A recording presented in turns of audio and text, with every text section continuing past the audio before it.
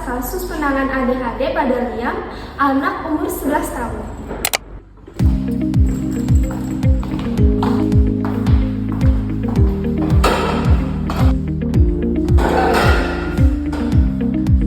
Selamat pagi Ibu, saya ingin bercerita tentang anak saya Liam.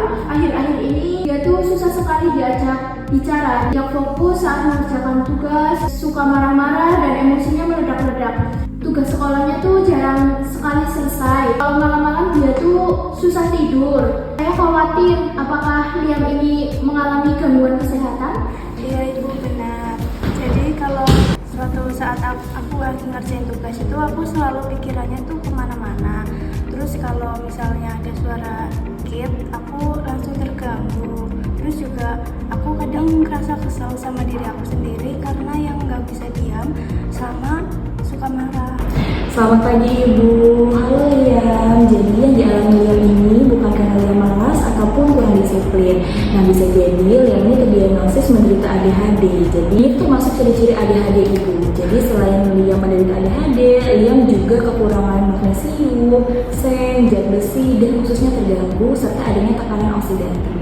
Karena ada beberapa hal yang harus diperbaiki, jadi untuk penanganannya kita lakukan secara menyeluruh ya Ibu. Nanti ada beberapa hal yang harus diperhatikan, nanti kita perhatikan secara sesama. Jadi ini ada magnesium resinat 200 mg ya Ibu. Jadi diminumnya ini 1 kali sehari pada malam hari. Jadi bisa banget berfungsi menenangkan saraf dan membantu Liam tidurnya lebih nyenyak.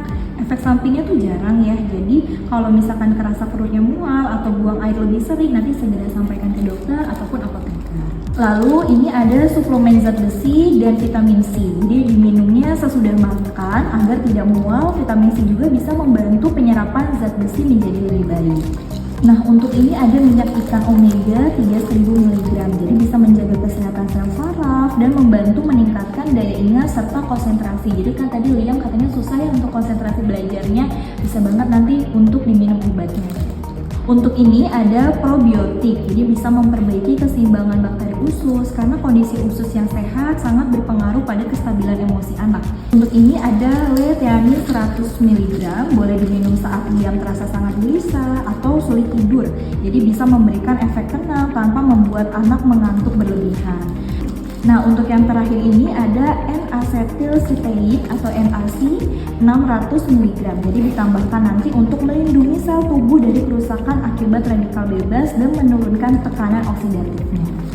Baik Ibu, jadi untuk jeda waktu obatnya itu harus dijaga ya. Setelah ini apakah ada beberapa hal yang perlu saya perhatikan? Betul Ibu, jadi bisa untuk dikurangin untuk makan makanan yang bergandum, produk susu sapi, karena kan tadi Liam sedikit sensitifnya terhadap makanan tersebut.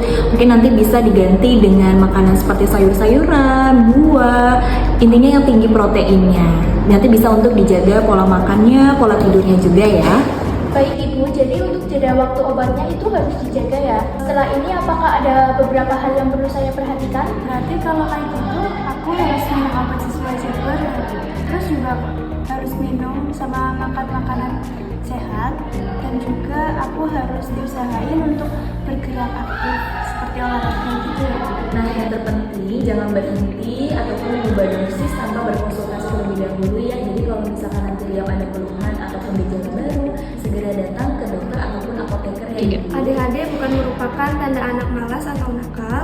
Dengan pengobatan yang tepat, pola hidup sehat, dan dukungan keluarga, anak dengan ADHD dapat berkembang dengan baik. Mari pahami ADHD, berikan dukungan yang tepat, dan jangan ragu berkonsultasi dengan tenaga kesehatan. Sampai jumpa, terima kasih.